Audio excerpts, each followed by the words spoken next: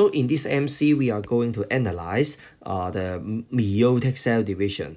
Why? Because in this diagram, we are talking about the chromosome of the gamete-producing cells. So that means in these cells, it will undergo the cell division to produce the gamete. So the cell division, which is the meiotic cell division, to reduce the chromosome number by half. Okay. So in this concept for the clarifying, okay, the number of chromosome. So for the gamete producing cell, which is diploid, 2 set of chromosome, and for the gamete, which is 1 end, haploid, 1 set of chromosome.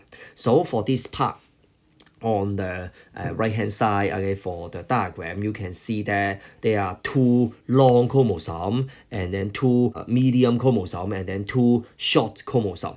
So I give you some basic concept here. So in this part, there are 6 chromosomes, okay? And these 6 chromosomes, because in every cell, they are diploid, 2 sets of chromosomes, 1 from father, 1 from mother, okay? 1 set from father and 1 set from mother. So that's why maybe 1 long from father, 1 medium from father, and 1 short from father, and the other 3 from mother, okay? So that's why there should be 3 chromosomes from each parent, and then I have 2 sets, so that's why I have 6 chromosomes.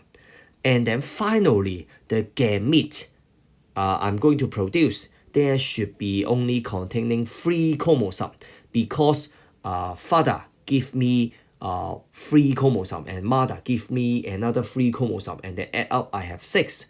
And then for the meiotic cell division, as I mentioned before, actually is the type of meiotic cell division and reduce the chromosome number by half.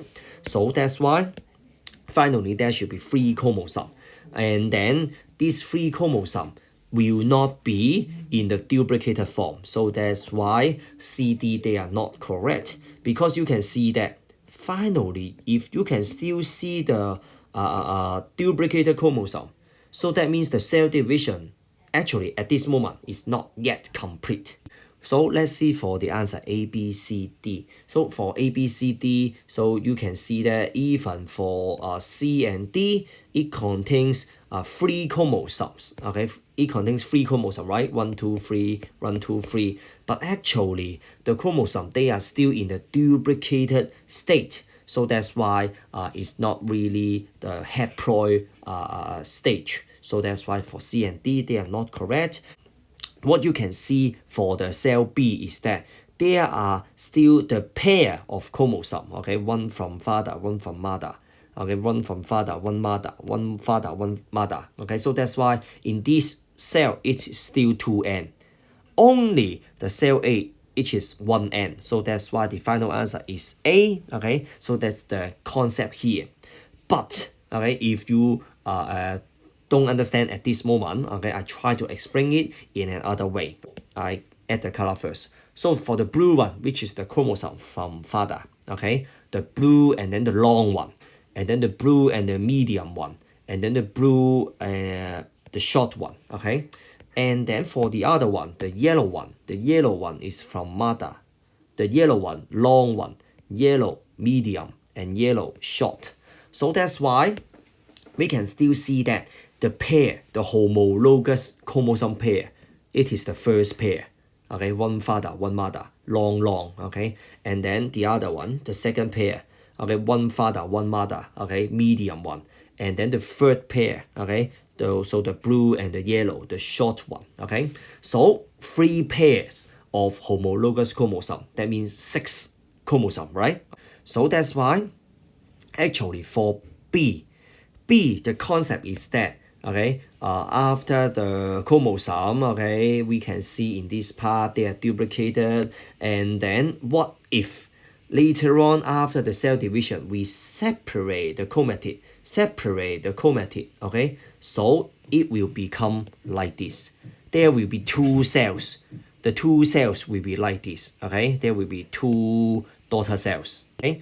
But for the gamete, for the sperm, for the egg, it should be haploid. So that's why there should be only 1 chromosome from father or 1 chromosome from mother, okay. So in this part, So for example, after the meiotic cell division, what I get is the long chromosome from father, and the medium chromosome from mother, and then the short chromosome from father, something like this. So that's why what I get will be a long one from father, a short one from father, and a medium one from mother. There should be only 1, 2, 3 chromosomes.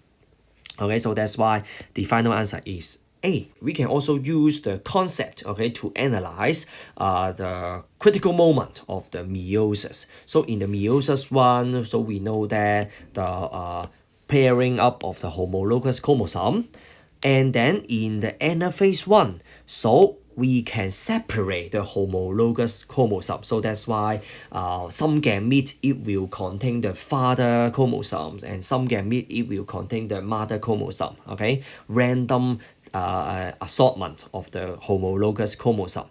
And then in meiosis 2, we also separate the sister chromatid to become this individual chromosome later on. So that's why the answer is A. So for the last MC, X, Y, Z, there are 3 cells, and all of them, they are in the metaphase. But in this chapter, we learn mitosis and meiosis. And for the meiosis, there is 2 successive nuclear division. So there will be metaphase 1 and metaphase 2. So finally, there will be 3 types of metaphase. So let's recall some very critical difference between them. So for the mitosis, there is no pairing up of homologous chromosome. But for the meiosis one, there is pairing up of homologous chromosomes. So that's why for the X and Y, so we can see that for Y, there is pairing up of the homologous chromosome. So that's why for the cell Y, it must represent the meiosis. But meiosis 1 or meiosis 2, of course, meiosis 1.